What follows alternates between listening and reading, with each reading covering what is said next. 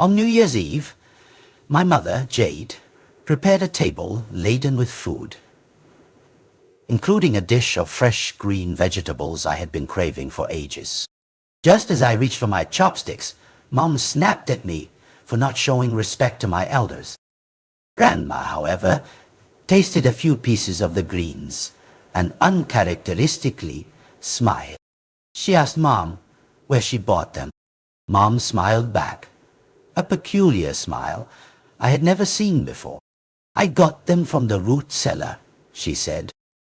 Mom seemed delighted by Grandma's praise, much like how I felt when Mom praised me for topping my class in the final exam.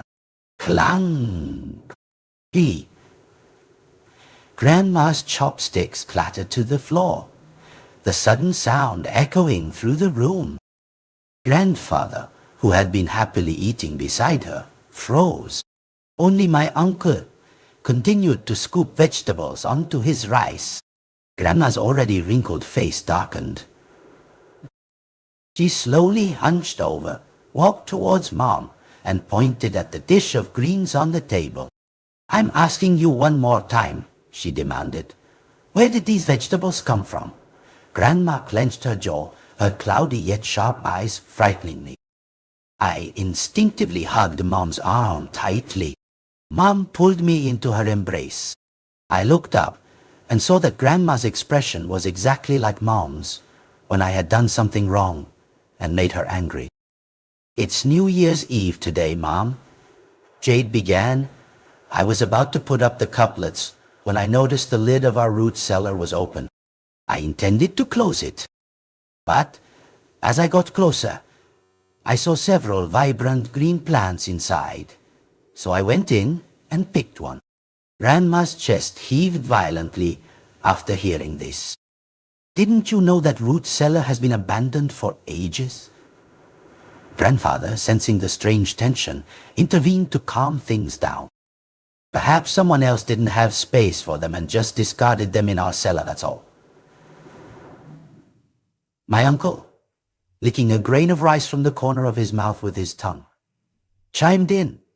"Exactly. It's just a few extra greens in the cellar, isn't it? No need to be so stressed on New Year's." Grandma whirled around and gave Grandfather a fierce glare. "You, come with me." Grandfather seemed to remember something, a strange look in his eyes. He stood up, helped Grandma to her feet, and the two of them left together. My uncle glanced at the departing couple, then put a spoonful of vegetables into my bowl. "Lily, eat your rice. Don't cling to your mother like that." "How can she eat?" I paused for a moment, then finally released Mom's hand. "Jade, don't worry about it. These old folks are always so mysterious on New Year. Eat, eat!" My uncle picked up a glass of wine from the table and took a gulp. His face immediately flushed red. He covered his mouth with one hand and fanned himself with the other. His comical appearance made me laugh, and the strange feeling that had lingered in my heart gradually dissipated. Mom also started chatting with Uncle about trivial matters in and around the house. From the TV, the gentle voice of the MC mingled with the sounds of firecrackers exploding outside. Everything felt joyful and harmonious. A peaceful night passed. According to our custom, on the first day of the new year, we must offer incense to our ancestors. Early in the morning, Mom dragged me out of bed. After a quick breakfast in the kitchen, the whole family gathered in the yard. Grandma isn't coming. I observed the group heading to offer prayers and noticed Grandma's absence. Grandfather grinned and said, "According to our village custom, this time we're burning paper offerings for your great aunt. Your grandma is her blood sister, so she can't come." "Great aunt? Do I have two grandmothers?" This was the first time I had heard that term. Mom had never mentioned it to me. Every year, we celebrated the new year in the city But this year, Mom had insisted on returning to the countryside. Mom squatted down, pinching my cheeks, which were slightly flushed from the cold wind. She to Mom, your grandma's younger sister.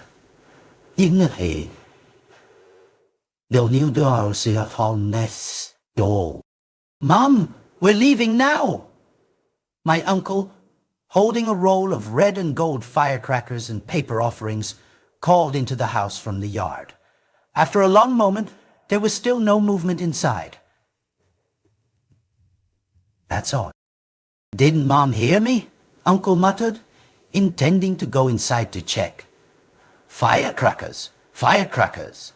My eyes lit up, and I stared eagerly at the roll of firecrackers in Uncle's hand. Uncle resigned, squatted down, and ruffled my hair. Lily, these can only be lit at your great-aunt's grave. Lily wants to see the firecrackers. All right, then let's go first. Your mom must be doing something in the kitchen. If she didn't hear us, just leave her be for now, Grandfather said cheerfully from beside us. Uncle agreed, and the whole group set off. My great-aunt's grave wasn't far from our house. If you ignored the winding mountain path, it was practically a straight line. I felt my wish was fulfilled. Taking the opportunity to pay respects to our ancestors, I would get to light firecrackers for the first time. I just didn't understand why. When we burned the paper offerings for my great-aunt, both the incense smoke and the blue smoke after the paper burned always drifted towards where I stood, making my eyes sting a little. Grandma was missing. When we returned, my uncle searched the entire yard, but couldn't find a trace of her. By afternoon, the whole village joined the search, but with no success. At dinner, the atmosphere at the table was heavy. Dad, isn't there still the root cellar we haven't checked? My uncle decided to break the strange silence. Grandfather's expression shifted when he heard this, a flicker of fear in his eyes. Then he angrily scolded. Your mother is this old. Why would she randomly go to that abandoned cellar? My uncle was a little defiant. It's just an old, unused root cellar, isn't it? Is it worth you two acting so secretive every time it's mentioned? Grandfather, his face red, was about to argue further with Uncle, but saw Mom sitting silently beside him and managed to suppress his anger. Grandfather's face darkened, and he let out a sigh. Wait for me to find a Madame Shaman in the village. Then we'll go to the root cellar together. After that, Grandfather put on his army green padded jacket and went out. My uncle watched Grandfather's figure disappear into the night, muttering, crazy old man, going out to be superstitious. Madame Shaman lived outside the village. Every time I returned to the countryside, I would pass by her house. It was said that her son went missing many years ago, and she then taught herself some mystical abilities. She could communicate with ghosts and gods, finding the living and locating the dead. The village elders respected her, but usually kept their distance. Mom, who had been silent until now, spoke up, inviting Madame Shaman. Perhaps it's right. There's something not quite right about that root cellar. My uncle couldn't help but ask Mom, Jade, how many years younger am I than you? Since I was born, they never let me near that cellar. Do you know why? Mom shook her head. I was young then. I don't remember much. Yesterday, it was like a ghost possessed me, making me go in and pick a green vegetable. Hearing this, my uncle couldn't help but shiver, remarking how eerie it sounded. At that moment, I recalled Mom's peculiar smile from yesterday and couldn't help but shudder. I also noticed that Mom had blinked more than usual just now. Madam Shaman returned with Grandfather. Grandfather handed her a headscarf that Grandma often used, saying it was a guide object to find her. Madam Shaman held the scarf, chanted an incomprehensible incantation, and then let out a loud shout. The triangular headscarf flew up and slowly floated down. Madam Shaman said in a low voice, "This scarf is truly convenient for finding people. It even points out the direction." Grandfather looked at the sharpest corner of the scarf on the ground, his face grim, and then ran towards the backyard. The root cellar, which adults feared, was in the backyard. My old house had 2 courtyards, a front one and a back one. Usually, all activities took place in the front courtyard, and the kitchen connected to the back. Whenever I returned to the village, the adults never let me run to the back. This was my first time there. The entire backyard was covered in snow, probably because it wasn't cleaned often. Only one corner had a rusty iron pole erected, covered by an old tarp, protecting it from the snow. Underneath that tarp was the root cellar. In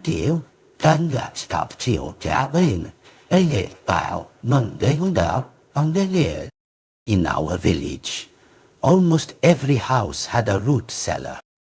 In winter, storing vegetables and roots, there was even better than a refrigerator. The entrance to the root cellar was covered by an old, decaying wooden plank.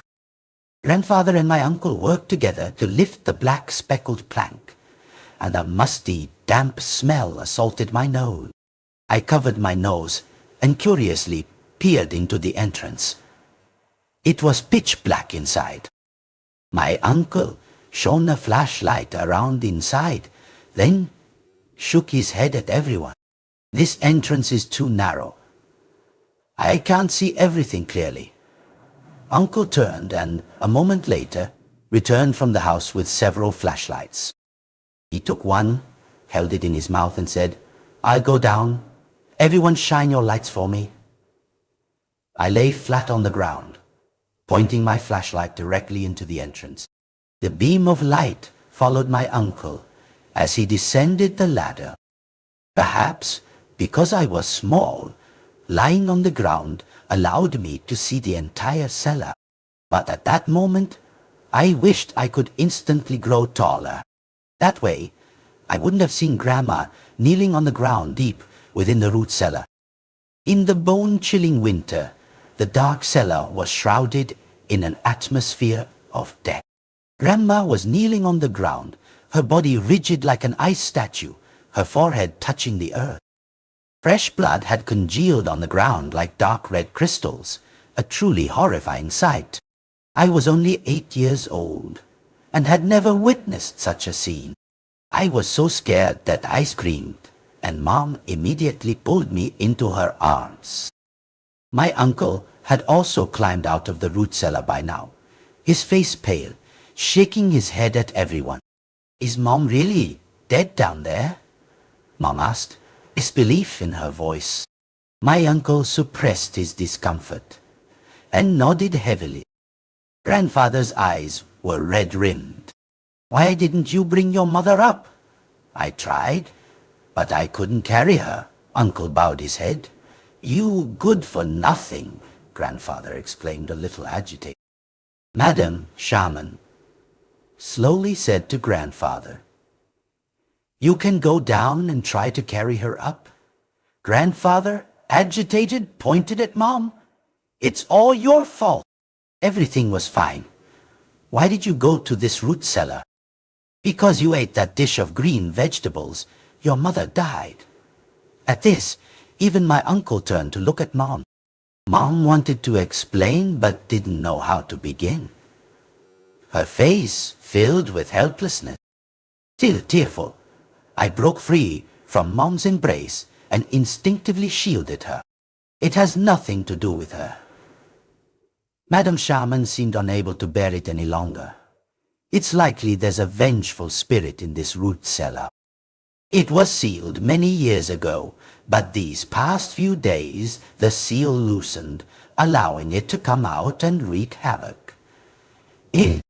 Your daughter, sir, is probably being controlled by that vengeful spirit. She bent down and stroked my head.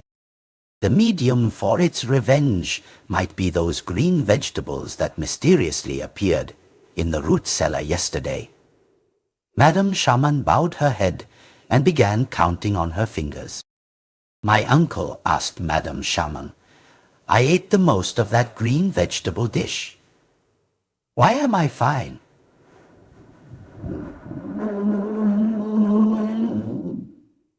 Madam Shaman shook her head. Perhaps because your mother ate the first piece. No, that's not right. Last night, I intentionally went with Thuy Thuong to check it. There were no green vegetables in the cellar at all. Grandfather recalled the previous night, somewhat confused. Madam Shaman waved her hand. The crucial issue now is to figure out how to bring your wife's body up. She looked towards the root cellar entrance and muttered, A kneeling corpse cannot be put into a coffin. After 3 days, it will become a fiend. 1 day has already passed. If 2 more days pass, your family will likely have another vengeful spirit. By then, even deities would find it hard to save you. Madam Shaman sighed. Grandfather angrily retorted, What nonsense! Would my wife harm me? Madam Shaman snorted coldly. You can choose not to believe, of course. I don't want to get involved in such matters either. My uncle quickly stepped forward. Oh, living immortal! Please, don't argue with my father. The problem is I tried and I really couldn't carry her up. Madam Shaman pondered for a moment. It's almost midnight now, the time when yin energy is strongest. It's normal that you couldn't carry her. Try again tomorrow. If it still doesn't work, I'll find a few more men with strong yang energy. And the vengeful spirit you mentioned, we can't just leave it be, my uncle added. As for the vengeful spirit in this cellar, I don't fully understand the whole story, so it's not convenient for me to deal with it, Madam Shaman said cryptically, looking towards Grandfather. Grandfather bowed his head and remained silent for a long time. I felt that Grandfather definitely knew something, but was hesitant to speak out. My uncle couldn't bear it anymore. Dad, what exactly is going on with this root cellar? Tell us nothing happened that year. Your mother and I just felt that this root cellar was unlucky. She's definitely trying to deceive you. Why listen to her talk about these things? Grandfather argued, his veins bulging. Madam Shaman exhaled 2 cold breaths from her nose. If you don't believe me, why did you invite me here? Grandfather was a little flustered. My parents died unjustly in this root cellar. I don't want today's events to be repeated in a few days. My uncle's eyes were a little red. Mom saw this and softly said, Madam, please, don't make it difficult for my father anymore. You have profound knowledge. Do you have any other solutions? My uncle quickly added,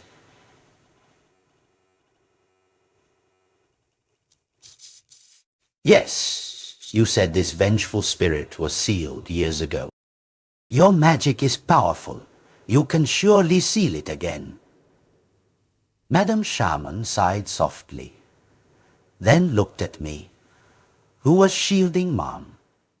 Out of respect for this girl and her child, I will help your families one time. I will help your family. Everyone go inside first. She turned to my uncle. It's pitch dark outside. Uncle, take me back. I need to get some things. After returning inside, I drank a bowl of ginger soup Mom had just made, and my body immediately warmed up. Madam Shaman and my uncle had also returned by now. In her left hand, she carried a yellow cloth bundle. In her right, a strong, healthy rooster. Conditions are limited, but I'll help you get through tonight first.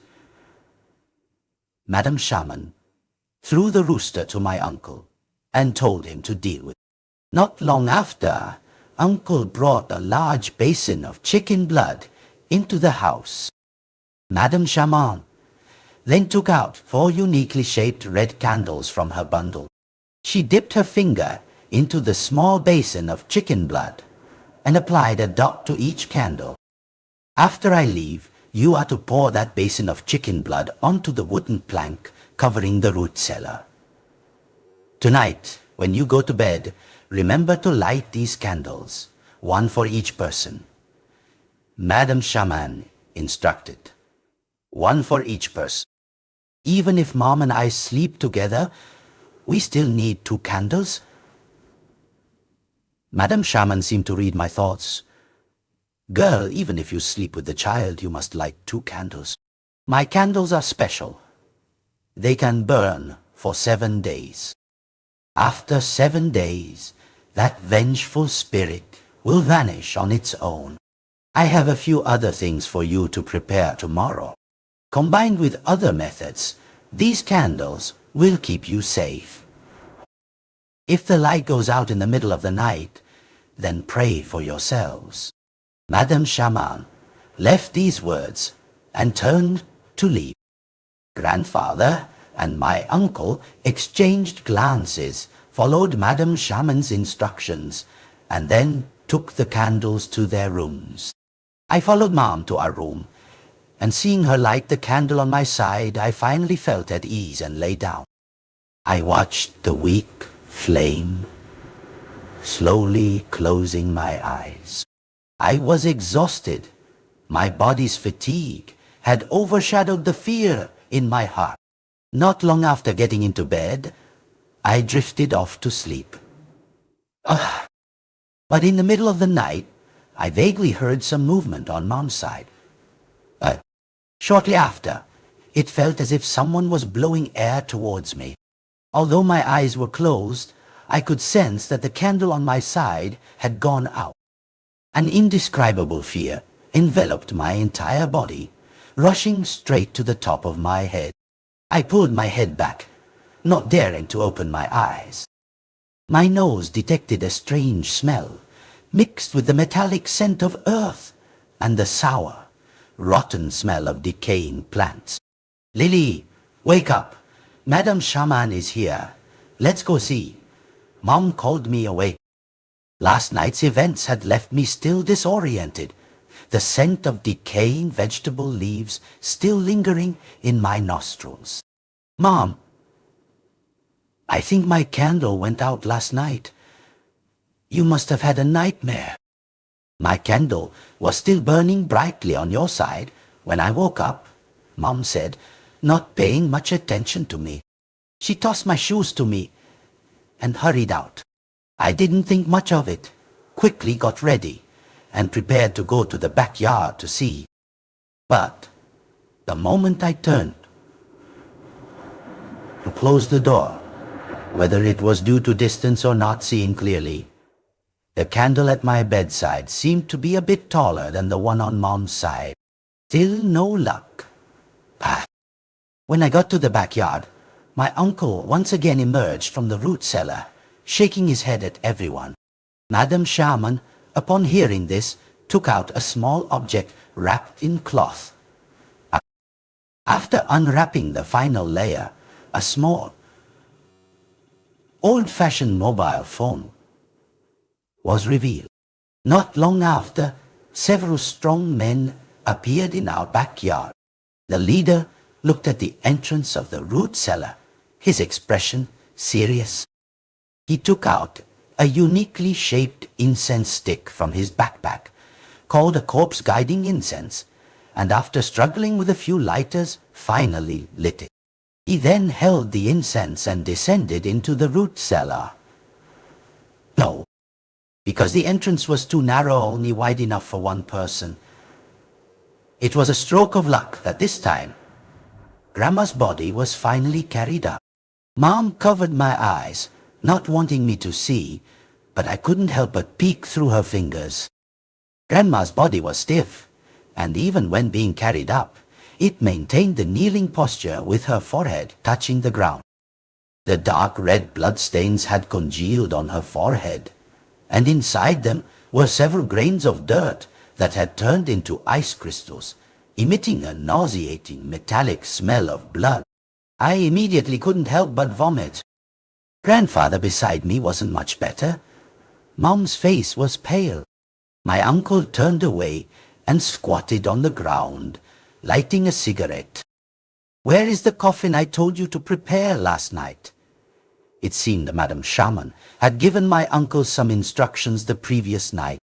My uncle held the cigarette and said he had prepared it, though it had cost quite a bit. Madame Shaman nodded. Nati, then prepare to place her in the coffin. Not long after, everyone, under Madame Shaman's direction, placed Grandma's body into the prepared coffin. The coffin was placed directly over the mouth of the root cellar. According to Madame Shaman, this was called double malevolence counteracting each other. After the first 7 days, Grandma could be buried normally. The vengeful spirit in this root cellar would also be dispersed. In the yard, there were quite a few onlookers, mostly there to gossip, and they refused to leave even when asked. I was shielded behind Mom, only able to see clearly by standing on tiptoes. Standing behind Mom, I noticed her eyes were a little swollen, as if she had cried for a very long time last night. Grandfather, at Madame Shaman's request, brought a handful of glutinous rice, a handful of red beans, a bowl of rooster's blood, and a bowl of black dog's blood that my uncle had prepared, and poured them into a turtle shell. Madame Shaman took the turtle shell and smeared the blood mixture onto Grandma's coffin. She walked around the coffin, chanting a low incantation. Glutinous rice and red beans contain spiritual light. Rooster and dog blood possess righteous yang energy. The turtle shell holds sacred objects to suppress demons. Evil spirits keep away and protect the 8 directions. Finally, Madame Shaman placed the turtle shell directly in the center of the coffin.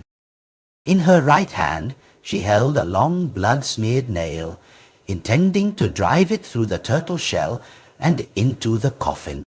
Stroke after stroke. I don't know how long she hammered, but she truly managed to drive the nail in. It's done. Next, you just need to keep your candles from going out when you sleep tonight, and you'll be safe. Madame Shaman was dripping with sweat. I saw that her right hand was chafed and bleeding. I was about to step forward and say that the candle seemed to have been blown out last night, but Grandfather was a step faster. We still have to wait 7 days to bury my wife. Isn't that a bit unsettling? What? Are you already despising your wife? Madame Shaman's voice held a hint of sarcasm. Your wife died unjustly because of the vengeful spirit in that cellar. I don't know the rights and wrongs of karma. I can only resort to this last measure. I'm also tired of questioning you further.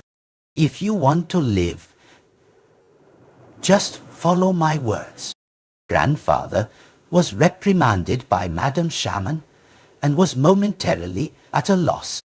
Madame Shaman turned and left. I reconsidered. If I was still alive now, it probably meant nothing major had happened, so I didn't go forward to ask. The people in the yard gradually dispersed. This new year was truly eventful. Everything seemed to return to normal. But perhaps due to Grandma's passing, the atmosphere in the house was incredibly heavy. Even my usually lively uncle became quiet. After dinner, I didn't even watch my favorite TV show and went to bed early. Tonight, the candles didn't go out. Only a piercing scream woke me from my sleep. Grandma sprang up from the coffin. Or more precisely, Grandma's head sprang up. When I arrived at Grandfather's room, he had fainted from fright on the bed. On the nightstand, the red candle was still burning. Grandma's head lay on Grandfather's pillow. Grandma's face was pale, her skin like dry tree bark. The dark red blood stain on her forehead had dried. Her empty eyes stared straight at Grandfather, and in her mouth was a green vegetable, a droplet of water still clinging to its leaf, looking incredibly out of place.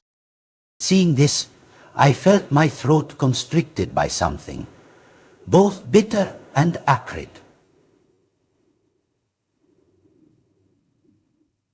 And immediately suppressed the urge to cry. Mom and Uncle beside me were the same. It was Uncle who, suppressing his discomfort, rummaged through Grandfather's wardrobe, pulled out a shirt, and wrapped Grandma's head in it. "Jade, how's that?"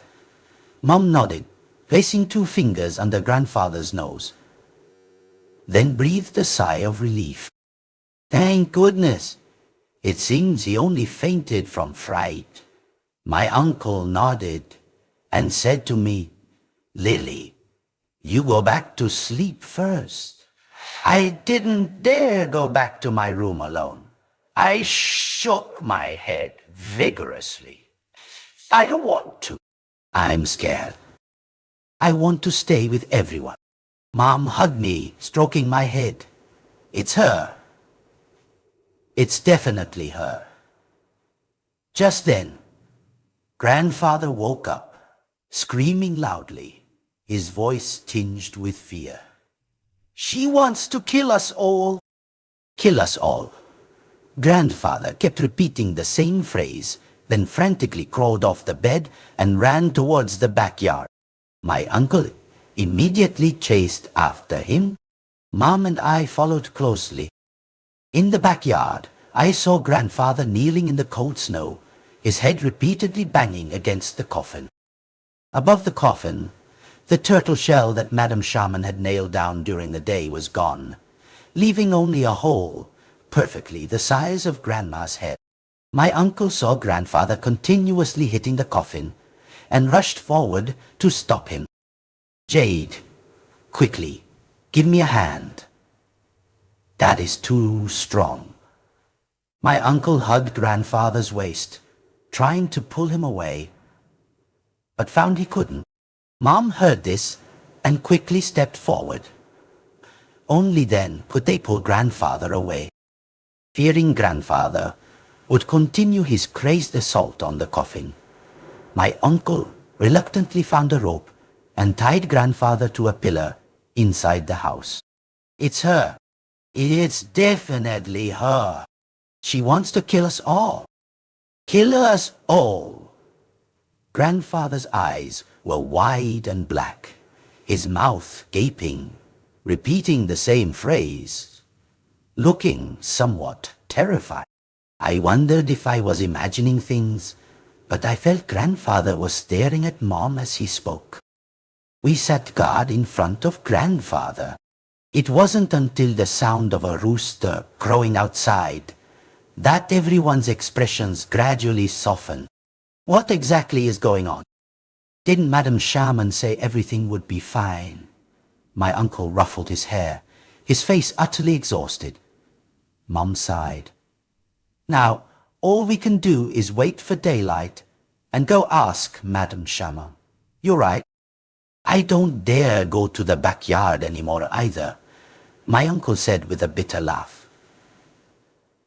I seemed to remember something and spoke up. Shouldn't we check the candles? Shouldn't we just smash this candle? Dad's candle is clearly still burning. My uncle seemed a little angry upon hearing this. Mom, however, advised calmness. At least Dad is still alive for now. It's better to believe than not. Checking them isn't a bad thing. Very quickly, I followed them to check each room. All 4 candles were still burning. When we got to Grandfather's room, Grandma's head, wrapped in clothes, had vanished. And I smelled that same odor from last night again, the mixed smell of earth and decaying vegetable leaves. Finally, we waited until dawn. Grandfather, tied to the pillar, had yelled himself tired and had fallen asleep. My uncle was about to open the door to find Madam Shaman when, by coincidence, an old man dressed as a Taoist priest appeared at the door, looking weathered and weary. I was invited by Thui Fuong. The old Master Li immediately announced upon his arrival. Thui Fuong? Isn't that Grandma's name? But my mother already passed away, my uncle said, a little suspicious. Master Li paused for a moment, then explained. She called me on the night of New Year's Eve. It was the New Year, so I only arrived today, the first day. He scrolled through the call history on his old phone to show my uncle. It was indeed our home's landline number. My uncle, half believing and half doubting, invited Master Li inside. Before he could inquire further about Master Li's background, Master Li walked directly to Grandfather, who was tied to the pillar. He narrowed his eyes, furrowed his brows, then pulled out a yellow talisman from his cloth bag. It seems the vengeful spirit tried to claim a life last night, but was stopped. Master Li handed the yellow talisman to Mom, telling her to burn it, mix the ashes with water, and give it to Grandfather to drink. Then he asked my uncle to lead the way to the backyard. I rubbed my eyes and noticed the coffin looked just as it had yesterday morning, making me wonder if what had happened last night was even real. Master Li stepped forward, bowed his head, counted on his fingers, and then let out a soft sigh. It's my fault for arriving too late. He turned and asked my uncle, Did your mother run out last night? My uncle nodded. Seeing that this old man could deduce what had happened last night, he recounted roughly all the events of the past few days. Master Li listened, his brows furrowed repeatedly, and then he uttered a shocking statement. The Madam Shaman you invited clearly intended to harm your entire family. There is indeed a vengeful spirit in this root cellar, the so-called double malevolence counteracting each other is complete nonsense. She placed your mother's coffin over this root cellar explicitly to replenish the malevolent energy of what lies beneath. The turtle shell on the coffin was to suppress your mother, and the 4 candles she gave you, called soul-guiding candles, were meant to guide that vengeful spirit. My uncle was in disbelief. No way! These candles have been burning for 2 nights. Why hasn't anyone died? I couldn't help but recall how my candle had been blown out that night. Connecting it to what Master Li said, a vague suspicion formed in my mind. Master Li shook his head. The first night, I don't know why that vengeful spirit didn't cause a fatality. But last night, that vengeful spirit, originally intended to harm your father, but was saved by your mother. The green vegetable in your mother's mouth was mostly the result of her spiritual struggle with the vengeful spirit. At this, I suddenly realized that last night, Grandma had escaped Madame Shaman's binding and saved Grandfather's life. My uncle squatted on the ground, lighting a cigarette, trying to digest what Master Li had said. Mom then asked, "Master, what do we do now?" "Your mother passed away on the first day. Today is the third, which is the last day. If today passes, and the vengeful spirit below absorbs all of your mother's yin energy, then it will truly be beyond salvation." My uncle quickly stepped forward. "Please help us, Master. You are the one my mother invited before she passed. We trust you." The old man sighed. "I have arrived, and this matter I cannot avoid. First, you must destroy all 4 of those candles. Do not spend the night here tonight. Find another place. Tonight, I will stay here, and keep watch." Master Li turned and said to my uncle. My uncle, hearing this, profusely thanked Master Li, then hurried into the house to pack their belongings. I followed Mom to her room. Curious. "Mom, are we going back to the city?" Mom stomped on the candle at my bedside, then secretly tucked her own candle into her pocket. She turned back and smiled the same peculiar smile as on New Year's Eve. "We're going to your great-aunt's house. Mom told me that my great-aunt went missing when Mom was 3 years old. Some said she had gone to the city. Others said she had died in a foreign land long ago. Yet more than 20 years had passed, and her residence was still there. I followed Mom, Uncle, and the now sober grandfather to my great-aunt's house. My uncle said that every New Year's Eve, Grandma would go to clean my great-aunt's house. Grandma just never knew that this would be the last year she cleaned her sister's house. It conveniently worked out for us, at least providing us a place to stay tonight. After Grandfather regained consciousness, he was somewhat quiet. Throughout the journey, Uncle and Mom tried to talk to him, but Grandfather paid no attention. Upon arrival, he instinctively went into a bedroom. Having held my bladder the entire trip, I rushed to find the restroom.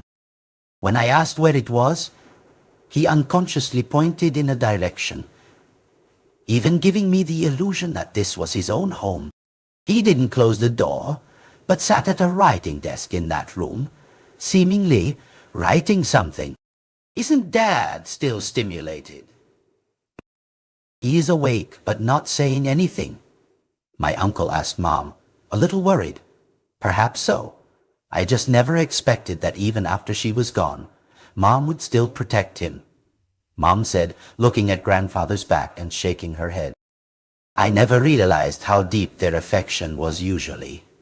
My uncle lay on the heated bed, sighing with a bit of emotion.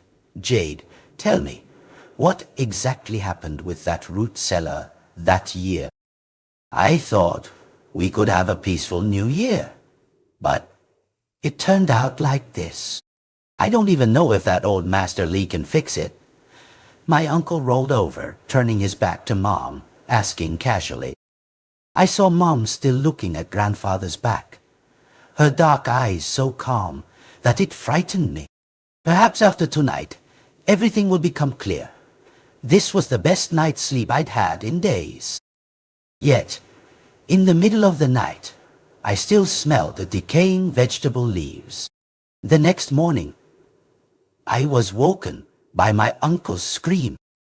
After days of lessons, I had learned to be smarter, not taking off my clothes when I slept, just in case of an emergency. Mom and I quickly got up and went to Grandfather's room. My uncle, his hands trembling, pointed at Grandfather. On the writing desk, A single red candle flickered with a weak flame. Grandfather was slumped over the desk, his appearance exactly like Grandma's. His forehead was smashed against the table, a bloody mess of flesh. Not only was a green vegetable clamped in his mouth, but his entire face was covered with a pile of rotting vegetable leaves. Under his head, there seemed to be a blood-soaked letter.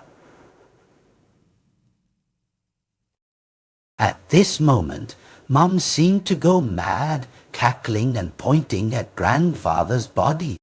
"Ha ha! You liked eating green vegetables, didn't you? Eat your fill." Now my uncle saw the candle on Grandfather's desk, his eyes bloodshot. He raised his hand, intending to grab Mom's throat. I instinctively shielded Mom, and at that, my uncle regained some composure. "Jade, what in the world is going on?" "I personally stomped out Dad's candle last night." Mom, still clutching her stomach, pointed at Grandfather and laughed manically. "Uncle, Mom already stomped out that candle last night," I said to my uncle, wide-eyed. My uncle, thinking Mom was possessed, cried and laughed, then rushed out into the yard, shouting, "If you've got the guts, come find me. See if I won't chop you to pieces, you demon." My uncle seemed to remember something. "That's right. There's also Master Lee. He definitely has a way," my uncle muttered, staggering towards the yard gate. At the gate, it was Master Lee from yesterday. My uncle, seeing the master he had longed for, reappeared before him, excitedly grabbed Master Lee's collar. "Didn't you say you could resolve it last night? Why is my father still dead? It's my problem. I thought there was only one vengeful spirit in that root cellar, but I didn't realize there was another one hiding. Last night, I gave it my all, but one still managed to escape." Master Lee said as he entered the house and looked at Grandfather's state. He noticed the red candle on the desk and frowned. "No wonder I couldn't hold on to that vengeful spirit last night. Didn't I tell you to destroy all these soul-guiding candles?" Seeing Mom still laughing hysterically, I stood in front of her. How were we supposed to know this candle would suddenly appear? My uncle also turned back at this point. "Yes, now the dead are dead, and the living are mad. What should we do? I don't see any signs of possession in this young lady," Master Lee said, narrowing his eyes as he observed Mom, speaking slowly. "Oh, come on. Don't pretend to be a good person here anymore. Madam Shaman appeared in the house, I don't know from where. It was all orchestrated by me and this girl. I just didn't expect you, Master Lee, to pop up halfway through, but the outcome is still quite satisfying." Madam Shaman slowly walked up and patted Mom's shoulder. My dear, have you had enough of your anger?" Mom seemed to wake up, her eyes slowly returning to their clear state. I already had a rough guess in my heart, and Master Lee beside me also seemed to be pondering something. Only my uncle still looked a bit bewildered. Madam Shaman looked at my uncle, letting out a soft sigh. Innocent. Why? You are indeed a filial son. What a pity you ended up with such a viperous couple. With that, she walked to the desk and picked up the letter from under Grandfather's head. It was Grandfather's letter. Grandfather's letter. My children, by the time you read this letter, perhaps your father has gone down to keep Sui Fuang company. Jade, since that night you spoke of the root cellar. Tui Fuang, and I suspected that you might still remember that night, 27 years ago. It wasn't until you secretly placed the red candle in my room during the day that I confirmed you truly remembered everything. Lily, you are a filial child. These past few days, you have worried and toiled for your father, and Thuy Phuong. My heart aches greatly. I wanted to tell you what happened that year, but couldn't bring myself to speak. I always felt that the debts of the previous generation should be paid by the previous generation. Last night I met your mother. She saved my life. But to avoid implicating you, I still decided to light that red candle tonight. While there's still some time, I will write down the whole truth, also as an atonement for what happened that year. It was a winter 27 years ago, also New Year's Eve. The weather that year was bad. There was a big flood in the autumn, and almost all the crops were washed away. This also led to a winter where every family had to live frugally. For New Year's, Thuy Phuong and I wanted to eat a vegetarian dumpling meal. I intended to go to the cooperative to see, but unexpectedly, I got a bad deal. Thuy Phuong then thought of going to her sister's house to take a look. As soon as Thuy Phuong and I entered her sister's house, we saw Madam Shaman's son, Sam, bringing some fresh green vegetables to Thuy Phuong's sister. At that time, Thuy Phuong's sister and Sam were in the root cellar. Thuy Phuong and I stood above. We stated our intention clearly. Thuy Phuong's sister was very generous. I saw there were only 7 or 8 green vegetables in the cellar. She directly gave Thuy 4 of them. Originally, everything should have ended there, but Sam was talkative, muttering that Thuy Phuong and I were being unreasonable. He said, "A few years ago, Thuong's sister divorced. Raising a child alone is already hard enough, and there's no man in the house. Now, if you take such a large amount, how can she and her child have a peaceful new year?" Thuy Phuong was short-tempered. As soon as she heard this, she got angry and jumped straight down from the mouth of the root cellar to argue. The cellar was 3 meters deep, and Sam was standing right below the entrance. I only heard a crackle. I looked down, and Thuy Phuong's bottom had landed squarely on his neck, breaking it instantly. On such an important New Year's Day, a murder had occurred. Fearing discovery, I suggested chopping his body into pieces and burying him right there in the cellar. But Thuy Phuong's sister disagreed, insisting on going to the police. Left with no choice, Thuy Phuong and I had to chop up both her and Sam. We worked for an entire afternoon and forgot that there was still a child, Jade, in Thuy Phuong's sister's house. At that time, Jade was only 3 years old. Thuy Phuong and I couldn't bring ourselves to harm her, so we came up with a plan to try and conceal the truth. Thuy Phuong and her sister looked very much alike. If you didn't interact with them regularly, it would be hard for an outsider to tell them apart. I then had Thuy Phuong impersonate Jade's mother, making her completely abandon her former identity. What could a 3-year-old child remember anyway? To make the impersonation more convincing, Thuy Phuong and I moved into her sister's house. Through living together, day by day, I also smoothly became Jade's father. Later, Thuy Phuong found a Taoist priest and gave him her clothes, her sister's clothes, and Sam's clothes. She said that this way, karma could be concealed, and others, even if they tried to calculate, wouldn't be able to trace the whereabouts of the 3 people. Gradually, in the eyes of outsiders, Thuy Phuong truly was Thuy Phuong's sister. and the original Tuikong had truly gone missing. I thought this life would pass by like this, but who knew that little Jade would be so clever? She knew everything that night. No wonder that De Tuong cooked a delicious plate of meat dumplings, and Jade didn't touch a single piece. In Arato's current timeline. How's this story?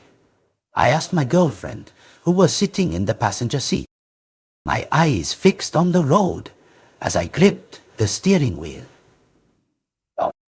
It was New Year's Eve, once again, and I was driving my girlfriend home to meet my mother.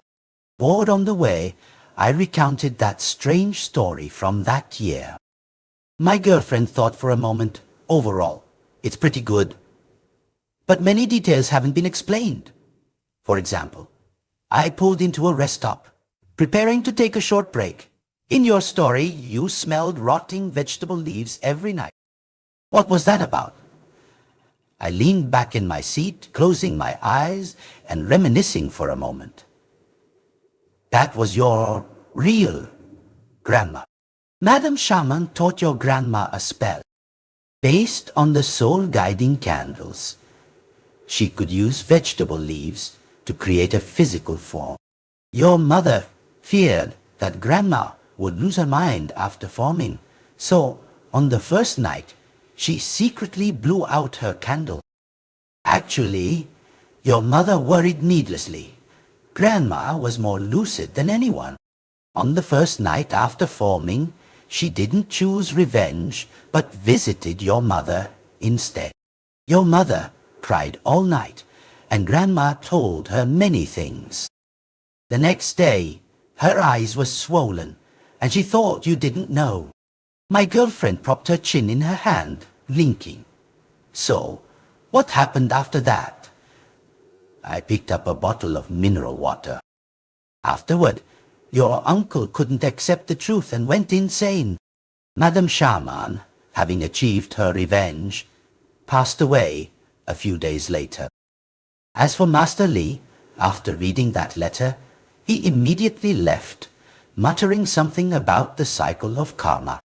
Later, people found him dead, having plunged his head into your grandma's tombstone. After your mother dealt with everything, she took you back to the city. She even brought that red candle with her, saying she wanted to keep it as a memento. Many years passed, and I rarely returned to the countryside anymore. My girlfriend applauded me, her eyes curving into crescent moons. You tell a great story. I'm serious, I said, annoyed. It's a true story. So weren't you scared then? She asked. I shook my head. Don't you think the human heart is scarier than ghosts? A real grandmother's perspective. Part 1 months passed quickly.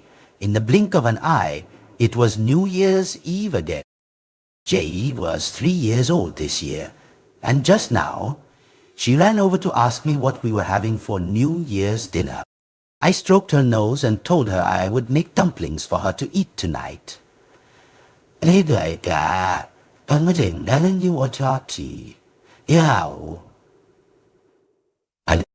She was overjoyed, dancing around excitedly.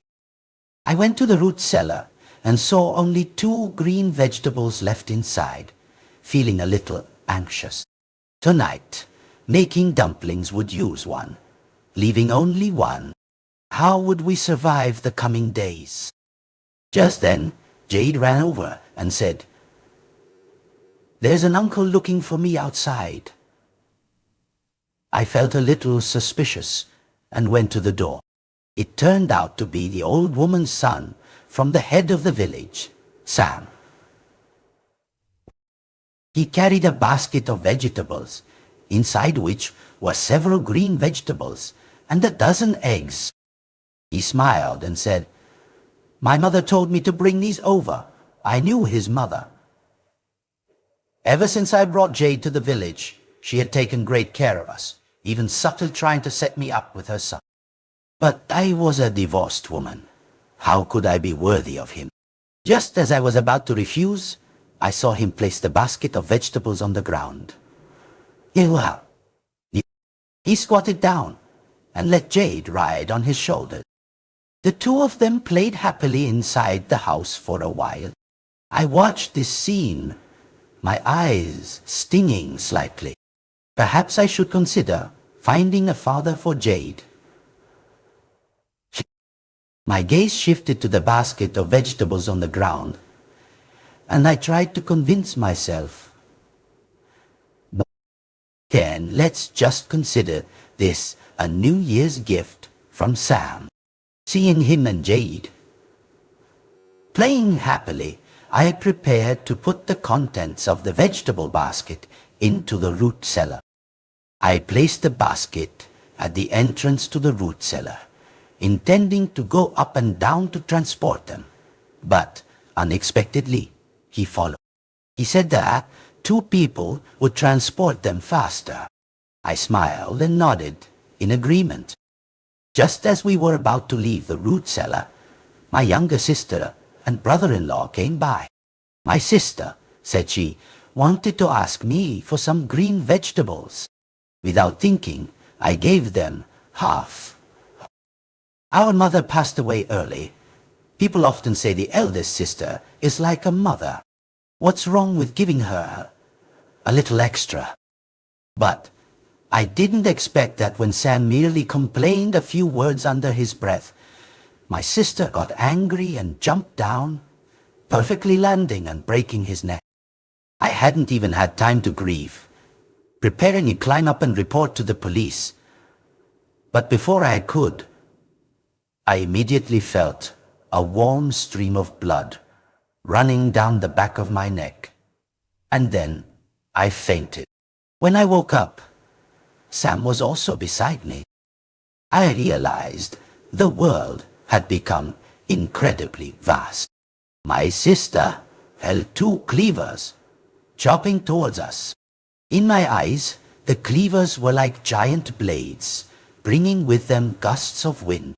I even heard the sound of bones breaking. It was then I realized that Sam and I seemed to have been minced. In the moment, I was about to lose consciousness.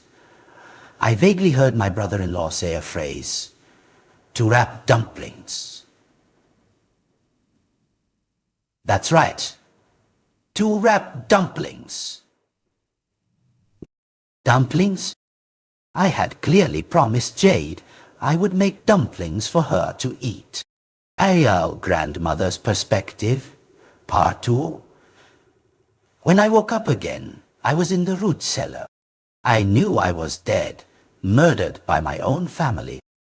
At first, Sam and I could fly out and look around. My sister was impersonating me.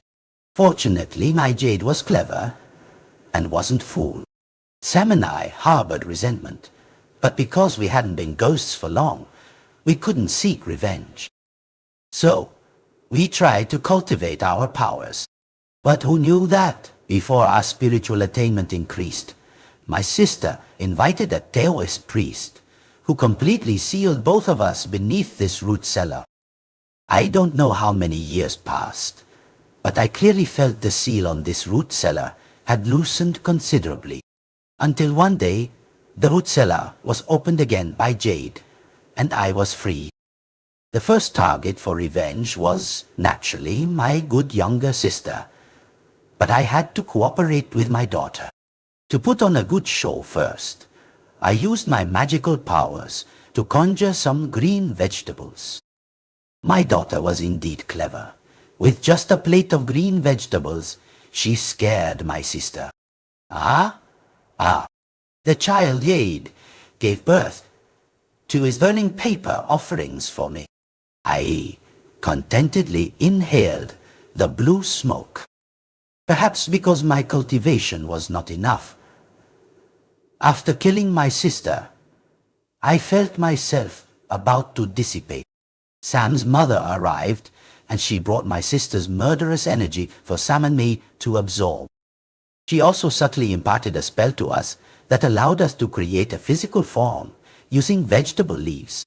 I, relying on the soul-guiding candles, successfully created a form and killed my sister. In truth, most of my lingering resentment had been resolved. I only wanted to stay with Jade a little longer. That silly child, crying at her age, didn't she notice the child next to her was only pretending to sleep? Sam urged me to kill the brother-in-law too. I hesitated a bit, but remembering that he also died because of me, I agreed. The next evening I intended to act, but unexpectedly, my sister escaped the binding placed by Sam's mother, saving her brother-in-law's life, and then her soul dissipated. Then the old Master Lee, who had sealed us that year, arrived.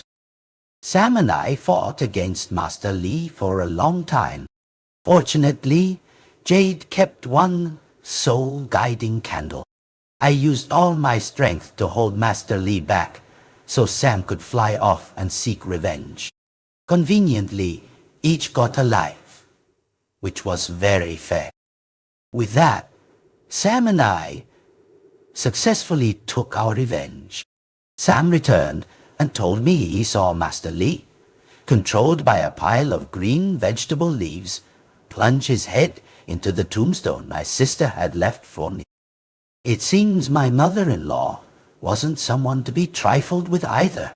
I leaned against Sam's shoulder, a little disgusted with such a life. How? So tired, so sleepy. Let it be.